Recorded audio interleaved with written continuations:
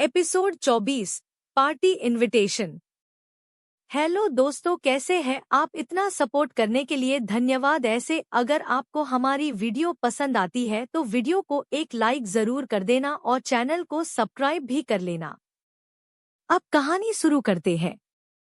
आकर्ष हैरानी से इश्क को देखता है तो इश्क हाँ में सर हिलाते हुए कहती है, पहले ही 2 सेशन के बाद उन्हें लगा कि तुम्हारी हालत पहले से बेहतर है, इसलिए उन्होंने सेशन की डेट कम कर दी है और मुझे बस अब 20 दिन में ही तुम्हें देखने की परमिशन मिली है।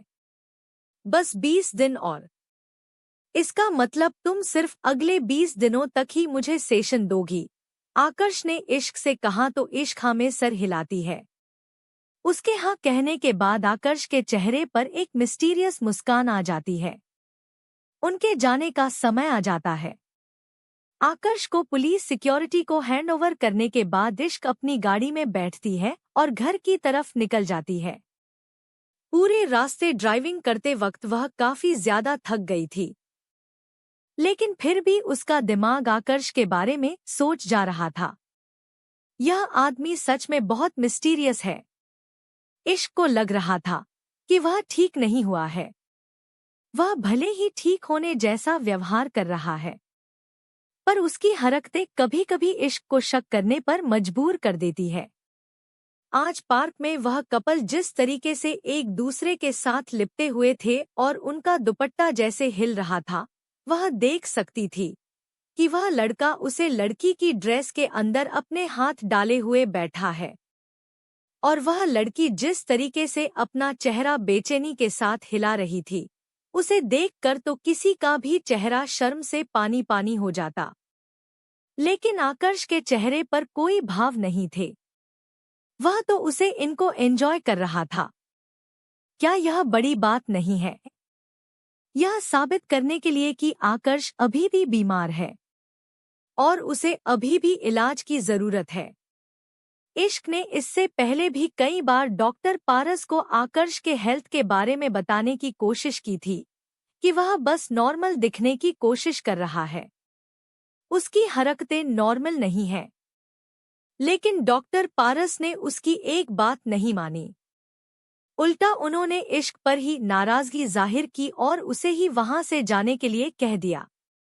उसके बाद उसे लगा कि शायद उसे इस बारे में आकर्ष से बात करनी चाहिए, पर जैसे ही डॉक्टर पारस को यह पता चल गया कि इश्क आकर्ष को बताने की सोच रही है, उन्होंने इश्क को बहुत सुनाया। यहाँ तक कि उन्होंने इश्क के डॉक्टर होने पर भी सवाल खड़े कर दिए और उन्हें यह तक कह दिया कि इश्क ने यह पोजीशन शायद रिश्वत देकर हासिल की होगी। इश्क का पूरा दिन इतना टेंशन में गुजरा था कि उसे यह बात याद ही नहीं रही कि कल रात उसके साथ क्या हुआ था, और वह उस बारे में सोच भी नहीं रही थी। पर उसके दिमाग में इस समय जो बात थी वह थी डॉक्टर पारस की बात, जिसने उसकी काबिलियत पर शक किया था और अब इश्क टेंशन में बैठी हुई थी। इश्क की कार उसके घर के पार्किंग में आकर रुकी हुई थी कि वह देखती है उसके स्क्रीन पर कुणाल का नंबर आता है। कुणाल उसे कॉल कर रहा था और उसके नंबर को देखकर इश्क की अपनी आंखें बंद कर लेती है। वह इस वक्त अपनी मां पर बहुत नाराज हो रही थी, जिन्होंने जानबूझकर इश्क का नंबर कुणाल को दिया था और उससे यह कहा था कि कोई भी मुसीबत पड़ने पर वह कुणाल को कॉल कर ले।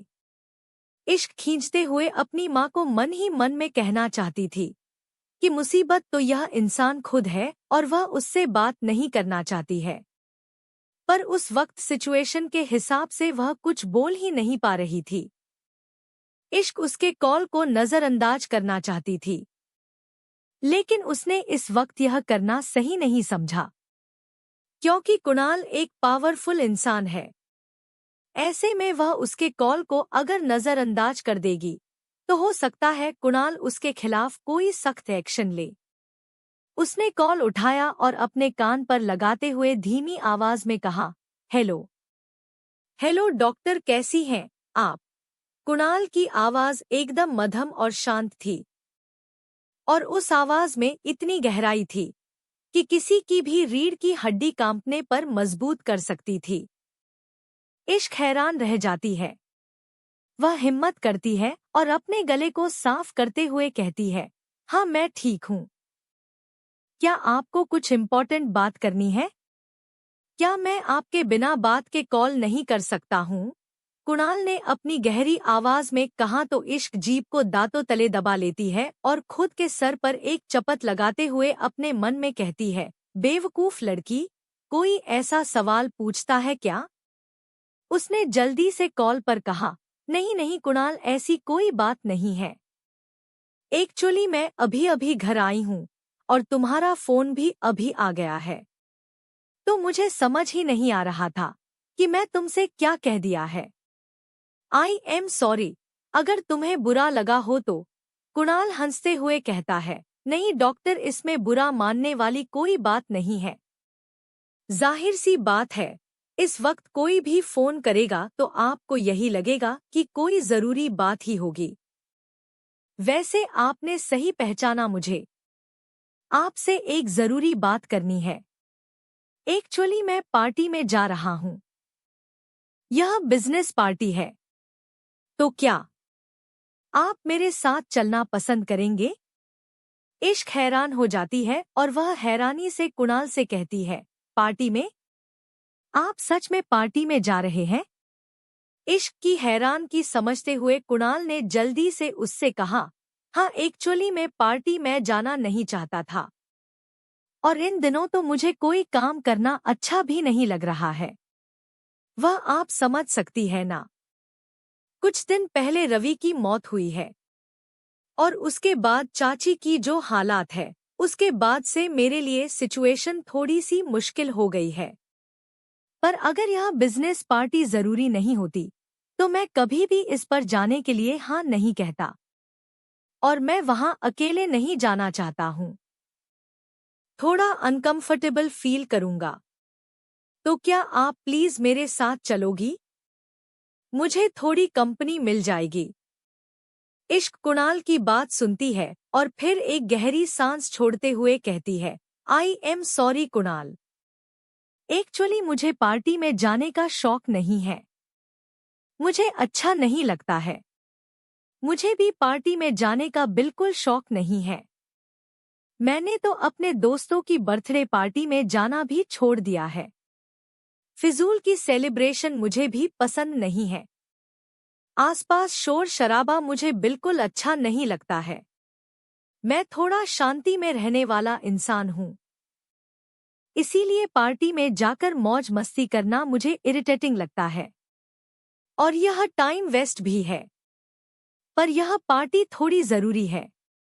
वह क्या है ना, यह मेरे बिजनेस पार्टनर की पार्टी है और उन्होंने मुझे कहा है कि मुझे अपने साथ किसी को लेकर आना है।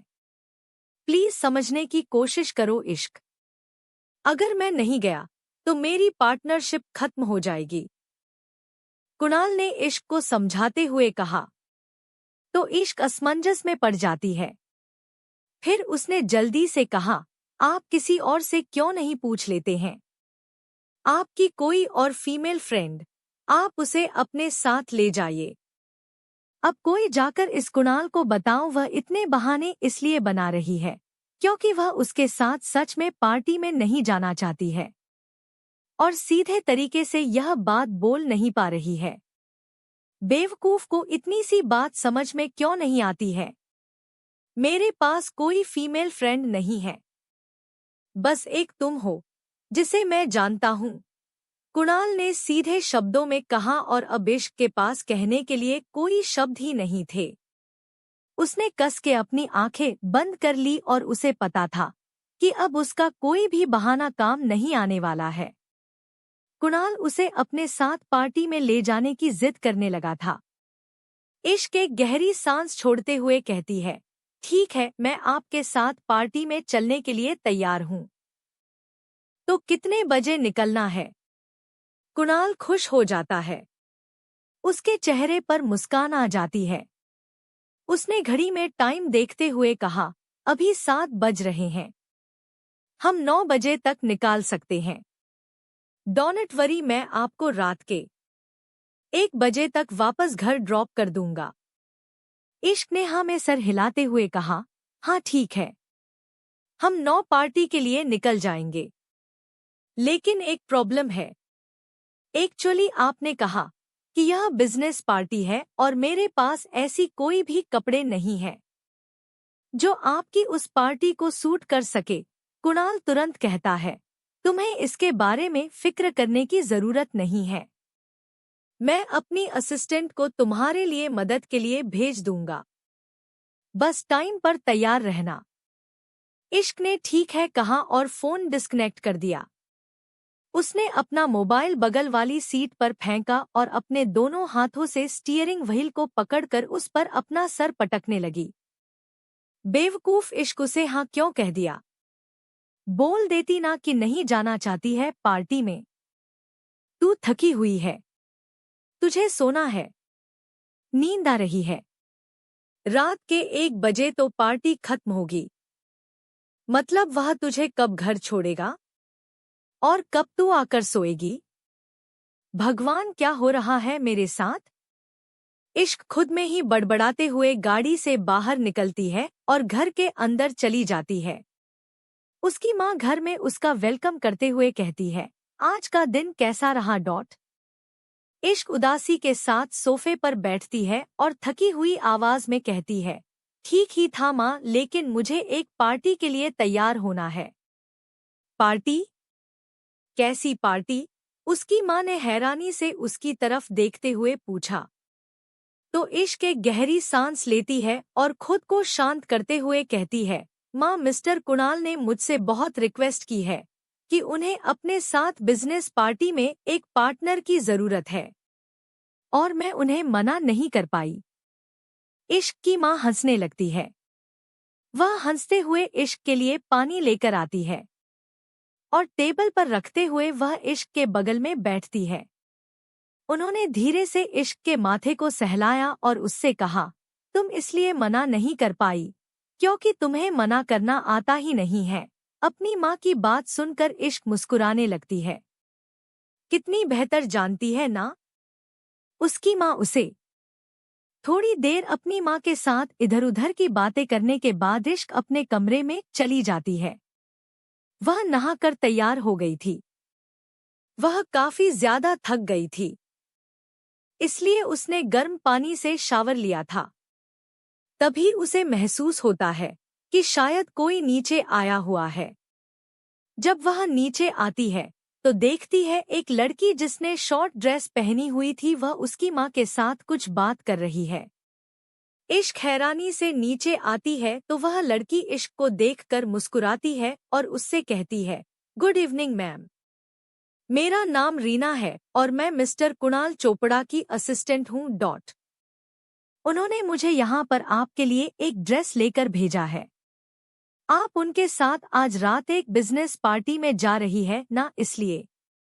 इश्क हैरानी से रीना को देखते रह जाती है। यह लड़की एक मॉडल की तरह लग रही थी।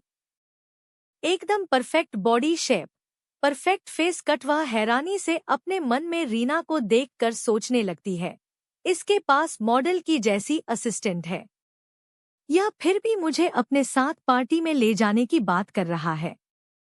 पागल इंसान अंधा हो गया है क्या? इसे अपनी असिस्टेंट नजर नहीं आई क्या? इश्क रीना के हाथ से वह पैकेट लेती है और उसे देखने लगती है। सच में इसमें एक क्रिस्टल स्टाइलिश गाउन था जो बहुत सुंदर था।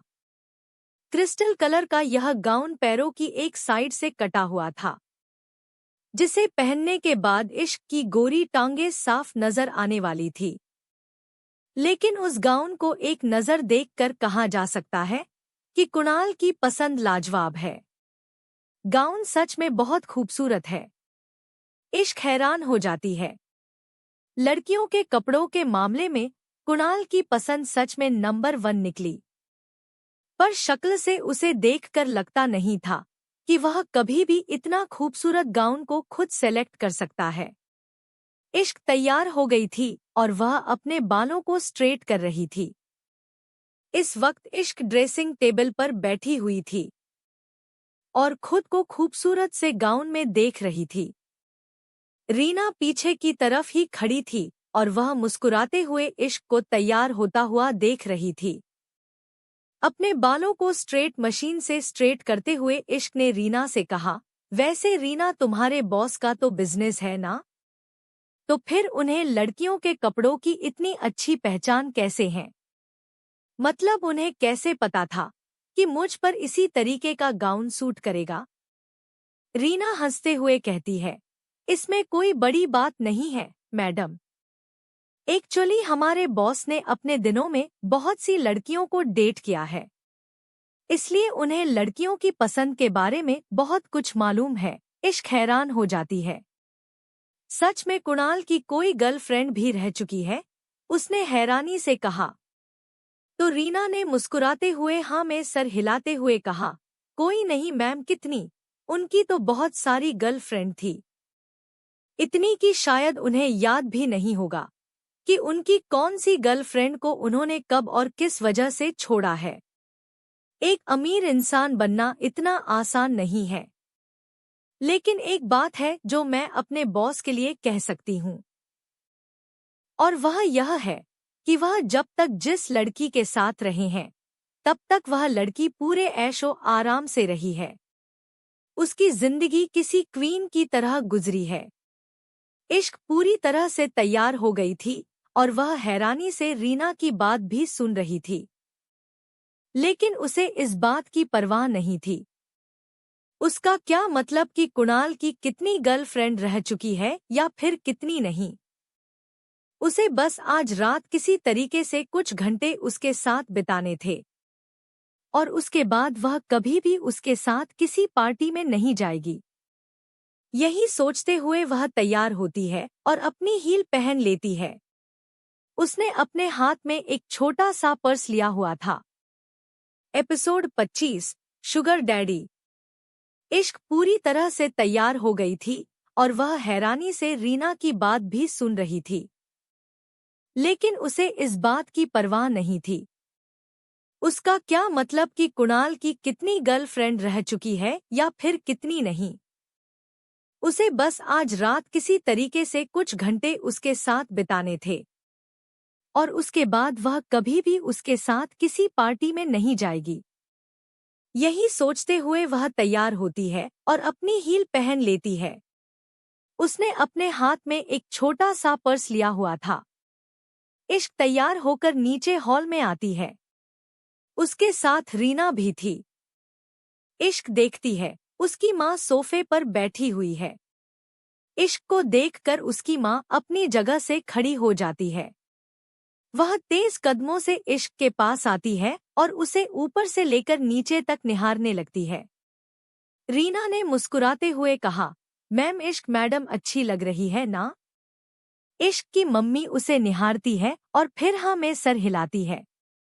वह इश्क की बलाई लेती है और उसके माथे को चूमते हुए कहती है, तुम बहुत सुंदर लग रही हो।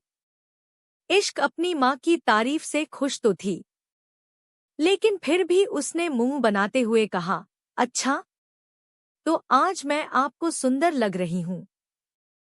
इसका मतलब मैं रोज आपको सुंदर नहीं लगती हूँ। इश्क की मम्मी जल्दी से ना में सर हिलाती है और हंसते हुए कहती है, ऐसा नहीं है, मेरे लिए तुम हमेशा ही खूबसूरत रहोगी। एक माँ के लिए उसकी औलाद से सुंदर इस दुनिया में और क्या ही हो सकता है। अपनी माँ की बात सुनकर इश्क के चेहरे पर मुस्कान आ जाती है और वह अपनी माँ को देखकर कहती है, एक माँ के लिए अगर उसकी औलाद सबसे सुंदर है तो उस औलाद के लिए भी उसकी माँ दुनिया की सबसे खूबसूरत औरत है। उन दोनों की बात पर रीना भी मुस्कुरा देती है। तभी उसके फोन नोटिफिकेशन टोन आता है। वह फोन की तरफ देखती है और कहती है, मैडम बॉस आ चुके हैं। वह बाहर गाड़ी में आपका इंतजार कर रहे हैं। इश्क ने हाँ में कर हिलाते हुए कहा, ठीक है, तुम चलो मैं आती हूँ। रीना वहां से चली जाती है और उसके बाद इश्क अपनी माँ को देखती है और कहती है, आप टाइम पर खाना खा लीजिएगा और मेरा इंतजार मत कीजिएगा, सो जाइएगा। मुझे नहीं पता मैं घर कब तक आऊंगी, और मैं नहीं चाहती कि जब तक मैं घर ना आऊं आप मेरे चिंता में खुद की नींद खराब करें। ऐसे करेंगे तो आपकी तबीयत खराब हो जाएगी, इसलिए आप खाना खाकर सो जाइएगा, ठीक है? इश्क की मम्मी हाँ में सर हिलाती है और कहती है, ठीक है डॉक्टर साहिबा, मैं आपके सारे आर्डर फॉलो करूंगी। अब आप जाइए और अपनी पार्टी एंजॉय कीजिए। इश्क मुस्कुराते हुए अपनी माँ को गले लगाती है और फिर वहां से आगे बढ़ जाती है। जैसे ही वह अपने घर के बाहर आती है, वह हैरान हो जाती है। वह चौखट पर ही खड़ी थी और उसकी नज़र सामने खड़े कुणाल पर जाती है, जो अपने ब्लैक कलर की मर्सिडीज के सामने बहुत स्टाइल से खड़ा था। उसने अपने दोनों पैरों को क्रॉस किया हुआ था और वह गाड़ी के दरवाजे से टिककर खड़ा था। उसका एक हाथ बहुत स्टाइल से उसके फ्रंट पेंट की पॉकेट में था और दूसरे हाथ में उसने एक बुके पकड़ा हुआ था। इश्क इधर-उधर नजर दौड़ाती है। उसे रीना कहीं नजर नहीं आ रही थी, लेकिन उसे कुणाल अपने सामने ही दिखता है। वह हैरानी से कुणाल को देखते रह जाती है, क्योंकि वैसे तो कुणाल हैंडसम था, लेकिन आज इस ब्राउन कलर के 3 पीस बिजनेस सूट में वह कुछ ज्यादा ही हैंडसम नजर आ रहा था। इश्क को देखकर जब वह मुस्कुराता है, तो इश्क उसकी मुस्कान देख रही थी। सच में इसमें कोई दो राह नहीं थी कि यह मुस्कुराता हुआ आदमी बहुत हैंडसम है। तभी तो वह इस शहर का हैंडसम बैचलर है और हर लड़की उसे पाने का ख्वाब देखती है। लेकिन वह लड़कियों के लिस्ट में इश्क का नाम कहीं नहीं आता है।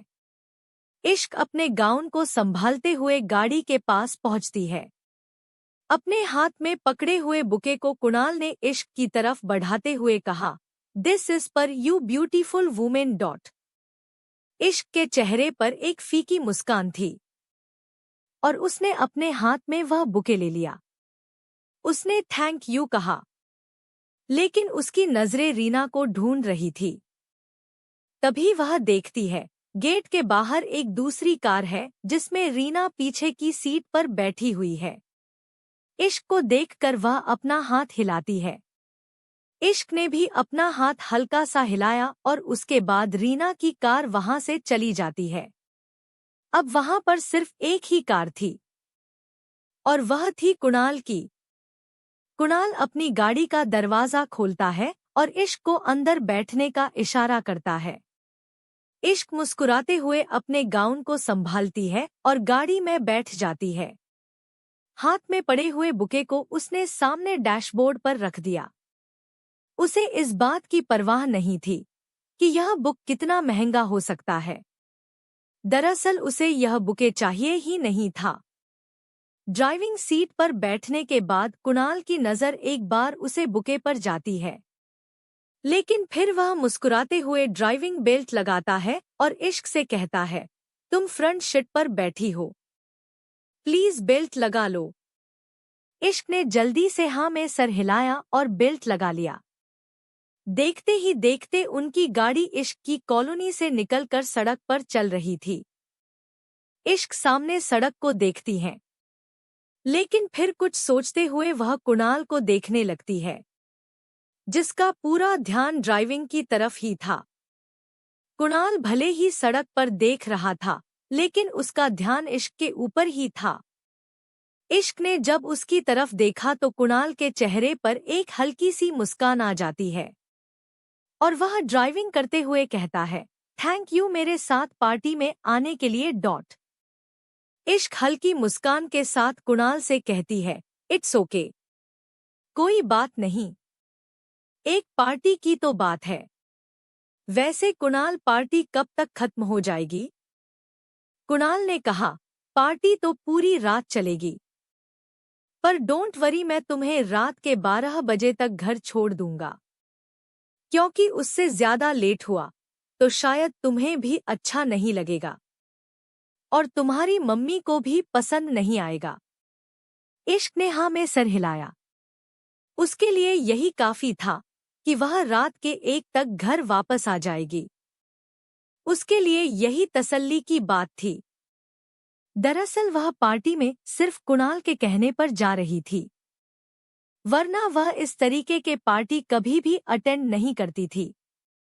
लेकिन कुछ सोचते हुए उसने कुणाल को देखा और कहा, आपने तो बताया ही नहीं, हम किसकी पार्टी में जा रहे हैं और यह पार्टी किस पर्पस से है। कुणाल अपनी गाड़ी से टर्न लेता है और कहता है, हम मिस्टर वमन ठडानी की वाइफ के जन्मदिन की पार्टी में जा रहे हैं। वैसे कहने के लिए यह बर्थडे पार्टी है, लेकिन एक तरह से यह बिजनेस पार्टी भी है। वमन ठडानी, यह नाम इश्क को कुछ जाना पहचाना सा लगता है। वह अपने दिमाग पर जोर डालती है और इस नाम को याद करने की कोशिश करती है। अचानक से उसकी आंखें हैरत से बड़ी हो जाती है और वह चिल्लाते हुए कहती है, वमन ठडानी। वह 60 साल बुढ़ा जिसने 20 साल की लड़की से शादी की है, वह सुगर डैडी। इश्क के ऐसा कहते ही अचानक से ही कुणाल की हंसी छूट जाती है और वह खुलकर हंसते हुए इश्क को देखकर हाँ में सर हिलाता है और उससे कहता है, हाँ वही सुगर डैडी, जो 60 साल का बुढ़ा है और जिसकी 20 साल की बीवी है।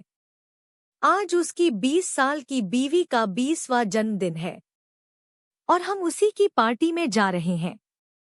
इश्क हैरानी से अपनी सीट पर टिक कर बैठ जाती है और हैरानी से कुणाल से कहती है, सच में उस बूढ़े ने 20 साल की लड़की से शादी की है।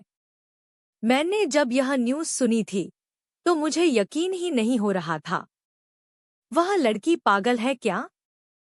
उसे दुनिया में लड़के नहीं मिले शादी करने के लिए, जो उसने एक बुढ़े से शादी की है। कुणाल की हंसी धीरे धीरे कम होती गई, लेकिन उसके चेहरे पर मुस्कान अभी भी थी। वह ड्राइविंग करते हुए कहता है, ऐसा नहीं है। उस लड़की के पास लड़कों की कमी नहीं है।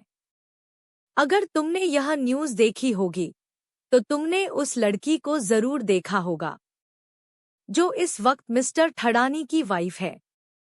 वह खूबसूरत है, मॉडल है और साथ ही समझदार भी है।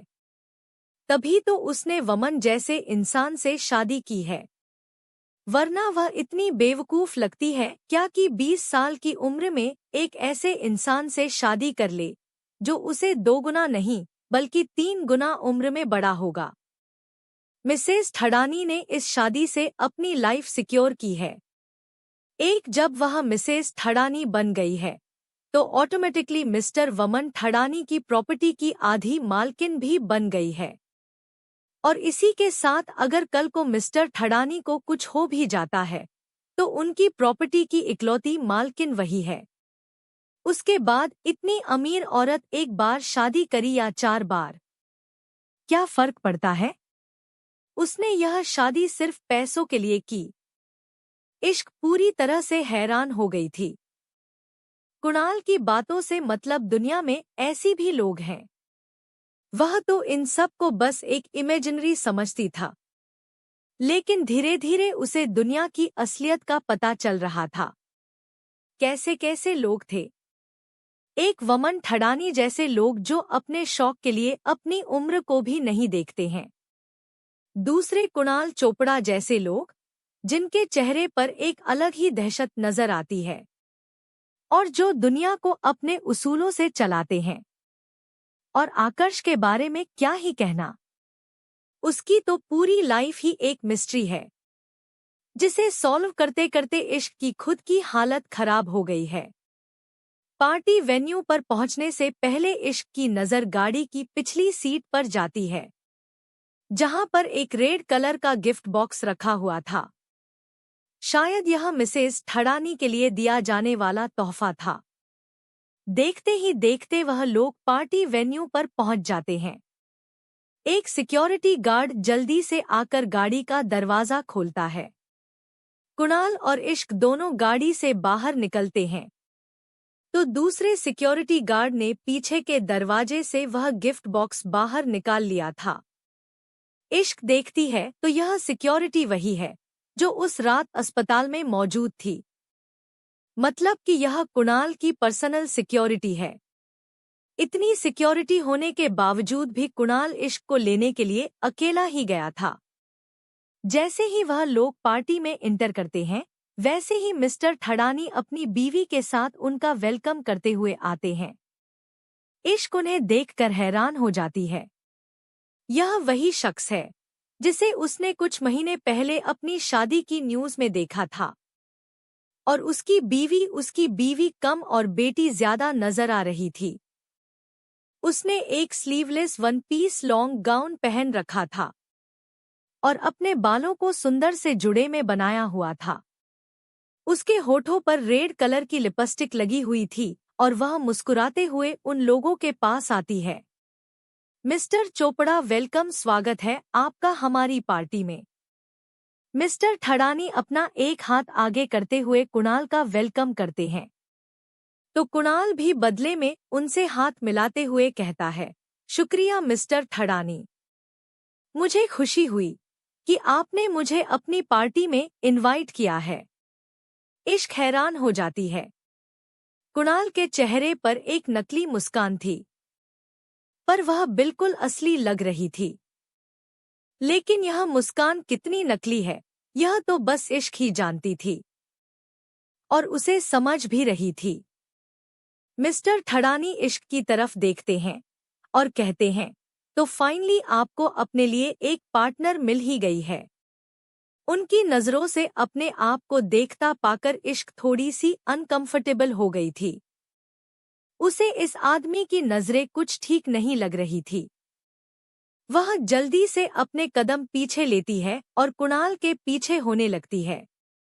कुणाल मिस्टर ठडानी से कहता है, थैंक यू सर। डॉक्टर इश्क मेरी फ्रेंड है।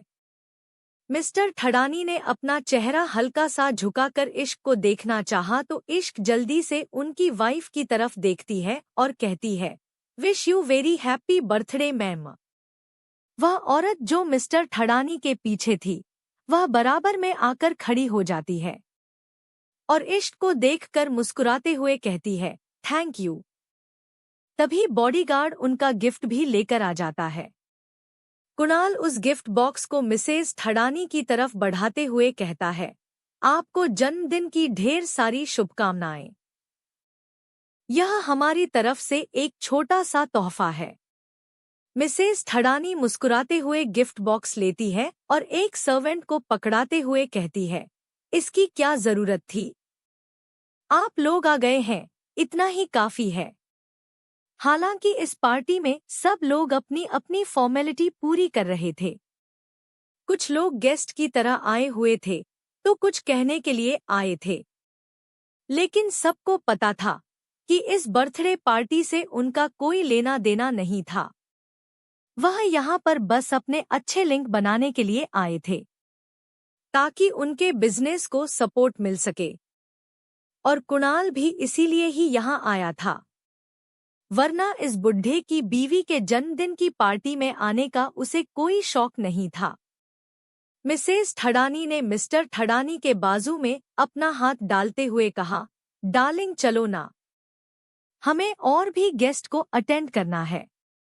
मिस्टर ठडानी हाँ में सर हिलाते हैं और कुणाल से कहते हैं, मिस्टर चोपड़ा आप अपनी फ्रेंड के साथ पार्टी एंजॉय कीजिए, और अगर कोई भी परेशानी हो तो मुझे याद कीजिएगा। मैं कुछ गेस्ट से मिलकर आता हूँ। कुणाल हाँ में सर हिलाता है और वह लोग वहां से चले जाते हैं। उनके जाने के साथ ही इश्क राहत की सांस लेती है। उन लोगों के बीच तो उसे बहुत घबराहट महसूस हो रही थी। लेकिन तभी वह देखती है कि मिसेज ठडानी थोड़ा ही आगे जाकर पलटकर दोबारा से कुणाल को देखने लगती है, और इस बार उनके चेहरे पर एक मिस्टीरियस मुस्कान थी। एपिसोड 26, अनजान साया। मिस्टर ठडानी हाँ में सर हिलाते हैं और कुणाल से कहते हैं, मिस्टर चोपड़ा आप अपनी फ्रेंड के साथ पार्टी एंजॉय कीजिए, और अगर कोई भी परेशानी हो तो मुझे याद कीजिएगा। मैं कुछ गेस्ट से मिलकर आता हूँ। कुणाल हाँ में सर हिलाता है और वह लोग वहां से चले जाते हैं। उनके जाने के साथ ही इश्क राहत की सांस लेती है। उन लोगों के बीच तो उसे बहुत घबराहट महसूस हो रही थी। लेकिन तभी वह देखती है कि मिसेस थडानी थोड़ा ही आगे जाकर पलटकर दोबारा से कुणाल को देखने लगती है, और इस बार उनके चेहरे पर एक मिस्टीरियस मुस्कान थी। कुणाल और इश्क इस समय पार्टी के एक तरफ खड़े थे। कुणाल ने इश्क से कहा, हम यहाँ खड़े तो नहीं रह सकते ना? चलो मैं तुम्हें एक टेबल पर बैठा देता हूँ। तुम कंफर्टेबल नहीं होगी। वैसे भी तुमने हिल पहन रखी है। इश्क में सर हिलाती है और कुणाल के साथ आगे बढ़ जाती है। रास्ते में इश्क की नज़र मिस्टर एंड मिसेस थडानी पर पड़ी थी और वह दोनों किसी बिजनेसमैन से बात कर रहे थे।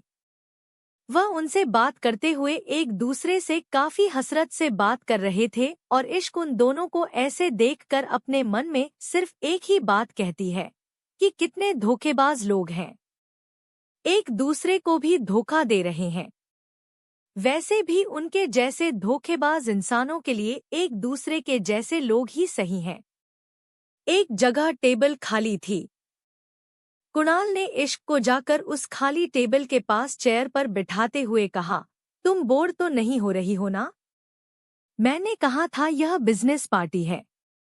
इश्क मुस्कुराते हुए ना में सर हिलाती है और कहती है, नहीं इट्स ओके, इतनी बोरिंग भी नहीं है। कुणाल के चेहरे पर मुस्कान थी। उसने फिर इश्क से कहा, वैसे तुम कुछ पीना चाहोगी? जूस, कोल्ड ड्रिंक या कुछ और? इश्क ने जल्दी से ना में सर हिलाया और कहा, नहीं मुझे कुछ भी नहीं पीना है। मेरा कुछ भी पीने का मन नहीं है। इश्क की बात सुनकर कुणाल ने कहा, मेरी मानो तो कुछ पी लो। एक्चुअली खाने में अभी टाइम है, क्योंकि केक नहीं कटा है। केक के कटने के बाद ही डिनर अनाउंसमेंट होगा। तब तक तुम चाहो तो जूस पी सकती हो। मैं उसके साथ कुछ स्नैक्स ला दूं? इश्क का चेहरा हल्का मायूस हो जाता है, क्योंकि उसे भूख लग रही थी और यहाँ पर खाने का अनाउंसमेंट लेट होने वाला था, तो उसने यही बेहतर समझा। उसने हाँ में सर हिलाते हुए कहा, ठीक है फिर जूस ले लूंगी, लेकिन आपको जाने की जरूरत नहीं है, किसी वेटर से कह दीजिए। कुणाल ने हाँ में सर हिलाया। उसने पास में गुजर रहे एक वेटर से अपने लिए शैंपियन और इश्क के लिए जूस लाने के लिए कहा। वेटर वहां से चला जाता है और कुणाल भी वही चेयर पर बैठकर पार्टी को देखने लगता है। तभी वहां पर कुणाल का एक बिजनेस पार्टनर आता है। वह भी वहां बैठ जाता है।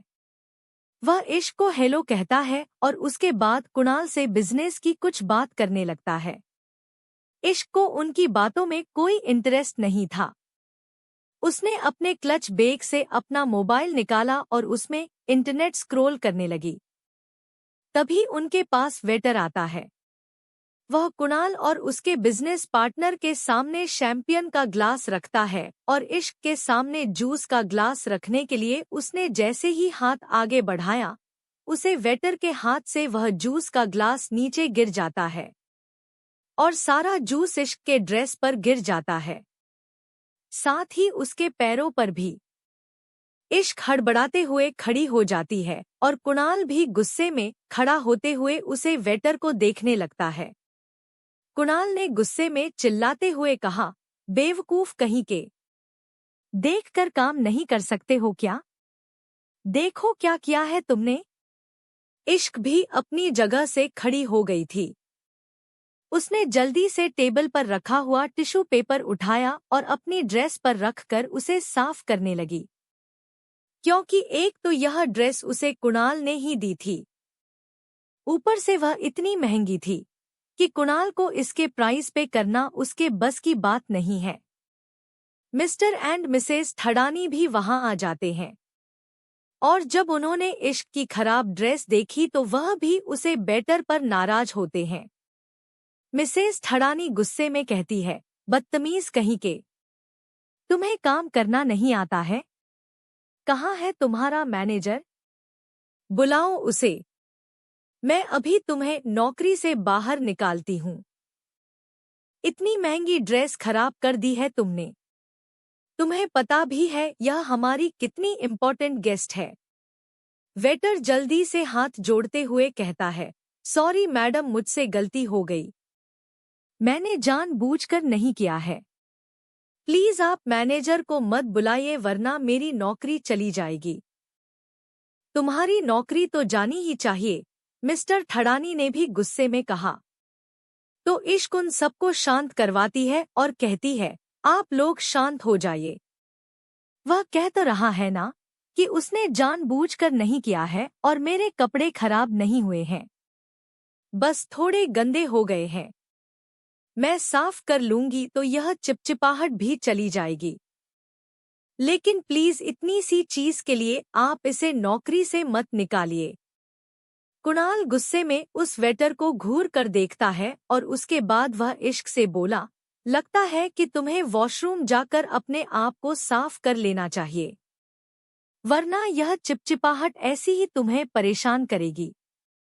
इश्क भी हाँ में अपना सर हिलाती है। तो मिसेस थड़ानी उस वेटर से कहती है, अब खड़े खड़े मुंह क्या देख रहे हो, जाओ मैम को वॉशरूम तक लेकर जाओ। वह वेटर जल्दी से हाँ में सर हिलाता है और इश्क को एक तरफ चलने का इशारा करता है। इश्क अपना फोन लेती है और उस वेटर के पीछे पीछे चल देती है। वह वेटर उसे गैलरी से वॉशरूम एरिया में लाता है। इश्क देखती है, वह पूरी गैलरी ही खाली थी। कमाल है, इतनी बड़ी पार्टी में यह लोग वॉशरूम इतने दूर बनाते हैं। इंसान को आने जाने के लिए ऑटो करवाना पड़ेगा। वॉशरूम के दरवाजे पर छोड़कर वेटर इश्क को सॉरी कहता है और वहां से चला जाता है। इश्क अंदर जाती है तो देखती है पूरा वॉशरूम खाली है, लेकिन इश्क राहत की सांस लेती है। दरअसल उस पार्टी में उसे थोड़ी सी अजब वाइब आ रही थी और यहाँ अकेले में उसे थोड़ा सुकून महसूस होता है। उसने एक गहरी सांस छोड़ी और वॉशरूम में आकर उसने वॉशरूम का एक कैबिनेट यूज किया और बाहर आकर अपने फोन को वॉश बेसिन के स्लैब पर रखा। उसने पानी का टैब ऑन किया और अपने पैरों पर गिरे उस जूस को उसने गले टिश्यू पेपर से साफ किया। सच में उसे अपने पैरों पर चिपचिपाहट बहुत अजीब लग रहा था और उसे गंदा भी लग रहा था। उसने जल्दी से अपने पैरों से उस जूस के दाग को साफ किया और उसके बाद उसने अपने हाथ को धोने के लिए जैसे ही पानी के नीचे हाथ डाला, अचानक से वॉशरूम की लाइट चली गई। इश्क एकदम से घबरा गई, क्योंकि यहाँ पर रोशनी का एक कतरा भी नहीं था। हर जगह सिर्फ अंधेरा ही अंधेरा था। अंधेरे में इश्क खुद को मिरर में भी नहीं देख पा रही थी। उसे डर लग रहा था। वह हैरान हो गई थी कि अचानक से ऐसा कैसे हुआ। इतने अमीर और रिच पार्टी में लोगों के टॉयलेट की लाइट बंद हो जाती है क्या? ऐसा तो हो नहीं सकता है। यह पहली बार था जब ऐसा कोई वाक्य उसके साथ हो रहा था। उसने धीरे से हाथ बढ़ाकर मार्बल के स्लैब पर अपना फोन ढूंढना चाहा, लेकिन उसे अपना फोन कहीं मिल ही नहीं रहा था। उसे अच्छी तरह से याद था कि उसने वॉश बेसिन के पास में ही फोन रखा था, पर उसने हर जगह हाथ लगाकर देख लिया था।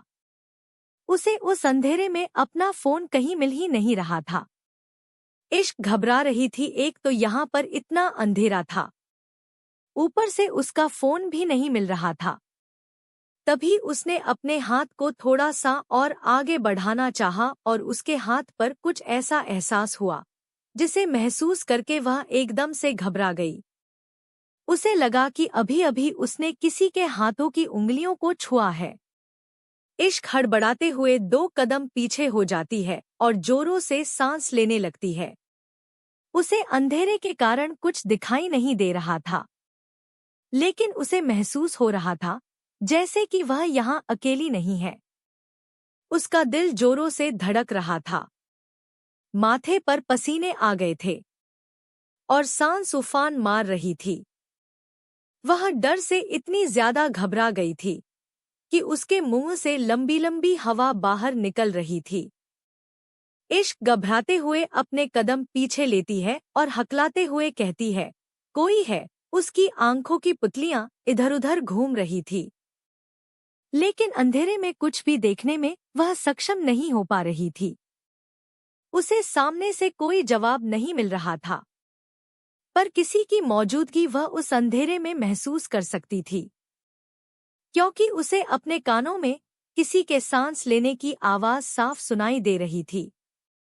एक बार के लिए इश्क को लगा कि शायद उसके आसपास कोई अदृश्य आत्मा या भूत है, लेकिन जब उसने सांस लेने की आवाज सुनी तो अपने ही विचारों पर उसने खुद मिट्टी डाल दी। यह कहकर कि वह एक डॉक्टर है और इतनी पढ़ी लिखी होकर वह भूत जैसी चीजों पर यकीन कैसे रख सकती है। पर उसकी घबराहट अभी भी कम नहीं हो रही थी। उसके ऊपर डर हावी हो रहा था। वह डरते हुए पीछे की तरफ जाती है और घबराते हुए धीरे धीरे शब्दों में कहती है, कोई है तो प्लीज मुझे बताओ, कौन है यहाँ पर, और तुम मुझे डरा क्यों रहे हो? देखो मुझे रोना आ रहा है। उसका दिल जोरों से धड़क रहा था। ऐसा लग रहा था कोई नगाड़ा बज रहा है। उसे सांस लेने में भी दिक्कत होने लगी थी। उसकी सांसें लड़खड़ा रही थी और एक असहनीय डर उसके चेहरे पर आ गया था। वह पीछे हटाना चाहती थी, क्योंकि इसका सामना नहीं करना चाहती थी। एक वक्त के बाद पीछे की तरफ दीवार पर इश्क जाकर लग जाती है और उसके बाद अब पीछे हटने की जगह नहीं थी। उसे महसूस हो रहा था कि कोई आभा है जो उसके करीब आ रही है। तुम मुझसे डर रही हो, एक ठंडी शांत पर रीढ़ की हड्डी को सहारा देने वाली आवाज इश्क को अपने कानों में सुनाई देती है। यह आवाज जितनी गहरी थी उतनी ही डरावनी भी थी। उस आवाज को सुनकर इश्क जोरों से रोने लगती है। उसका सीना तेजी से ऊपर नीचे होने लगता है। उसका दिल जोरों से धड़क रहा था। ऐसा लग रहा था जैसे मुंह से बाहर ही आ जाएगा। होंठ बुरी तरह से कांपने लगे थे। वह जोरों से रोना चाहती थी। उसके मुंह से सिसकियां भी बाहर आने लगी थी। पर तभी एक बार फिर से उसे गहरी आवाज का सामना इश्क को करना पड़ा। रोना नहीं है। इश्क की जान उसके गले में फंसी हुई थी और उसकी आवाज भी उसके मुंह के अंदर जब्त हो गई थी, क्योंकि यह सर्द और डरावनी आवाज उसे अपने कानों में गर्माहट की तरह सुनाई दे रही थी। वह शख्स उसके कानों के पास आकर फुसफुसाते हुए उसे यह कह रहा था। वह अपनी जगह पर कहाँ पर गई थी? अंधेरे में उसे कुछ नजर नहीं आ रहा था। ऊपर से इस अनजान शख्स की इतनी करीबी की मौजूदगी उसकी रीढ़ की हड्डी को कांपने पर मजबूर कर दे रही थी। और तभी उसने सुना कि उस शख्स ने आगे क्या कहा, तुम अच्छी लग रही हो इश्क। इश्क का मुंह खुला का खुला रह जाता है और आंखें एकदम से बड़ी हो जाती है। जब वह उसके मुंह से अपनी नाम सुनती है तो उसके हाथ पैर ठंडे हो गए थे। वो इतना डर गई थी कि वह कुछ कर भी नहीं पा रही थी। यह पहली बार था जब वह ऐसे किसी सिचुएशन का सामना कर रही थी। इश्क की हालत ऐसी हो गई थी कि उसके घुटने कांप रहे थे। वह किसी भी पल गिर सकती थी, लेकिन अपने डर की वजह से उसे खुद नहीं पता था कि वह दीवार से किस तरीके से चिपकी हुई है। अगर दीवार पीछे की तरफ खिसक सकती तो शायद इश्क अभी पीछे की तरफ ही खिसक रही होती। लेकिन अफसोस वह दीवार वहीं पर बंद हो चुकी थी और सामने उस डरावनी आभा ने उसे कैद कर रखा था। यह कौन है और उससे क्या चाहता है? उसे कुछ भी नहीं पता था, लेकिन उसकी बात सुनकर इश्क को उसके इरादे कुछ ठीक नहीं लग रहे थे। वह यहाँ पर बस इश्क की तारीफ करने आया था। इश्क को एक अनजाना सा डर सताने लगा था। कहीं यह आदमी उसके साथ कुछ गलत तो नहीं कर देगा। यही सोचकर उसने अपने हाथों से अपने ड्रेस को कस के पकड़ लिया था। उसकी सांसें इतनी तेज चल रही थी कि इस पूरे बाथरूम में सिर्फ 2 सांसों की आवाज सुनाई दे रही थी। एक डर से तेज सांस और एक सर्द और डरावनी सांस। तभी इश्क का दिल एकदम से रुक जाता है और उसकी सांसें उसके गले में ही अटक जाती है, क्योंकि एक हाथ उसके चेहरे पर आ गया था। वह उस हाथ के स्पर्श को महसूस कर पा रही थी और उसका पूरा शरीर डर से कांप रहा था।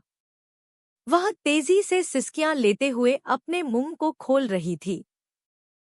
वह धीरे धीरे से इश्क की होठों के पास आता है और अपने अंगूठे से वह इश्क के होठों को सहलाते हुए उसके कानों में कहता है, तुम्हें पता है, तुम इतनी खूबसूरत लग रही हो कि मेरा मन कर रहा है कि तुम्हारी इस ड्रेस को यहीं पर उतार दो। इश्क बुरी तरह से डर जाती है। इसका मतलब उसका शक सही था। यह आदमी उसके साथ कुछ गलत करने का इरादा रख रहा है। वह यहाँ से भागना चाहती थी, पर उसे पता नहीं था कि दरवाजा किस तरफ है। इस वक्त उसके कदम भी उसका साथ नहीं दे रहे थे।